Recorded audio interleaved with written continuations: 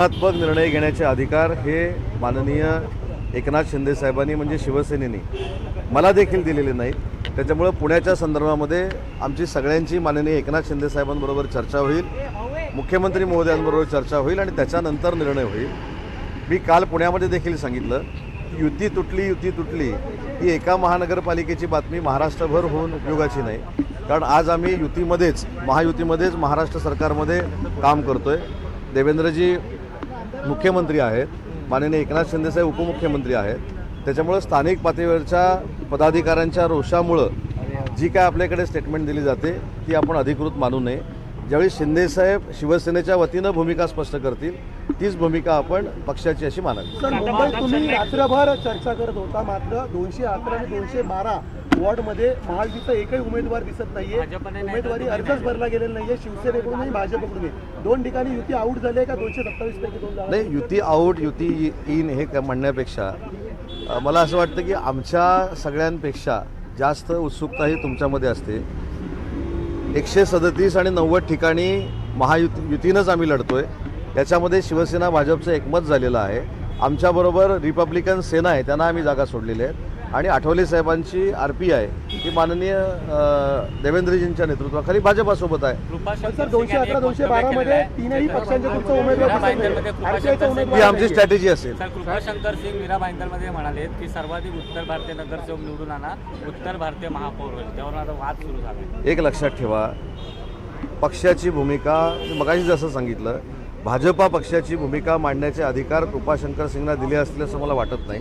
त्याच्यामध्ये स्वतः मुख्यमंत्री बोलतील ना।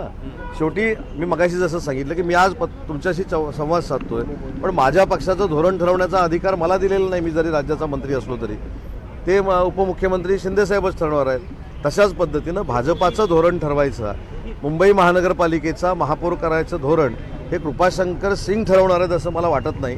त्याचा निर्णय महायुतीतले सगळे नेते बसून घेतील। पद्धतीनं महायुतीला बंडखोरीचं ग्रहण लागलेलं आहे, त्याच पद्धतीनं ठाकरे गट आणि दोन्ही ठाकरे बंधूंच्या पक्षाला सुद्धा लागलेलं पाहायला मिळते। मुंबईमध्येच 8 ते 10 ठिकाणी परस्पर विरोधी। मला एक आश्चर्य एवढंच वाटतं की ठीक आहे, काही ठिकाणी आम्ही मैत्रीपूर्ण लढत करू, पण जे UBTमध्ये चाललेलं आहे, जे मनसेमध्ये चाललेलं आहे, मनसेमध्ये जे काय चाललेलं आहे ते देखील महाराष्ट्र बघतोय ना।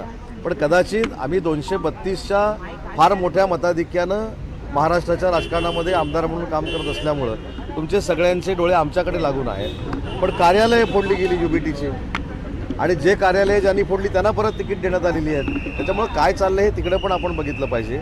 मी 3 दिवसापूर्वी सांगितलं होतं की मनसेच्या पाठीत UBT खंजीर खुपसणार आहे आणि मनसेला 50 ते 45 पर्यंतच थांबावं लागेल। मराठी माणसाच्या जागा आहेत त्या देखील मनसेला मिळालेल्या नाहीत। हे तुम्ही पूर्ण यादी जाहीर झाल्यानंतर तुमच्या लक्षात येईल। बंडखोरी कशी समवणार आहात तुम्ही? कारण बंडखोरी मोठ्या प्रमाणात मुंबईमध्ये मला असं वाटतं की शिवसेनेकडनं कुठेही एखाद दुसरं जर हे सोडलं, कुठेही बंडखोरी झालेली नाही, भाजपामध्ये देखील झालेली नाही। त्या मुंबई महानगरपालिकेवर कुठच्याही परिस्थितीमध्ये महायुतीचाच महापौर बसणार आहे। युती जी आहे ती कुठल्याही महापालिकेमध्ये तुटलेली नाही, परंतु अनेक ठिकाणी शिवसेने। माझं म्हणणं आहे की जिथं युती झाली ते पण बोललं पाहिजे ना आपण। तुम्ही युती जिथं झाली नाही त्याच्यावरच आपण बोलतो। मुंबई महानगरपालिकेमध्ये युती झाली, ठाणे महानगरपालिकेमध्ये युती झाली, कल्याण डोंबिवली महानगरपालिकेमध्ये युती झाली, वसई विरारमध्ये युती झाली, पनवेल महानगरपालिकेमध्ये युती झाली, कोल्हापूर झाली, इचलकरंजी झाली, अशा अनेक ठिकाणी झालेल्या आहेत। त्याच्यामुळे आपण युती झाली ते पण बोलू। धन्यवाद।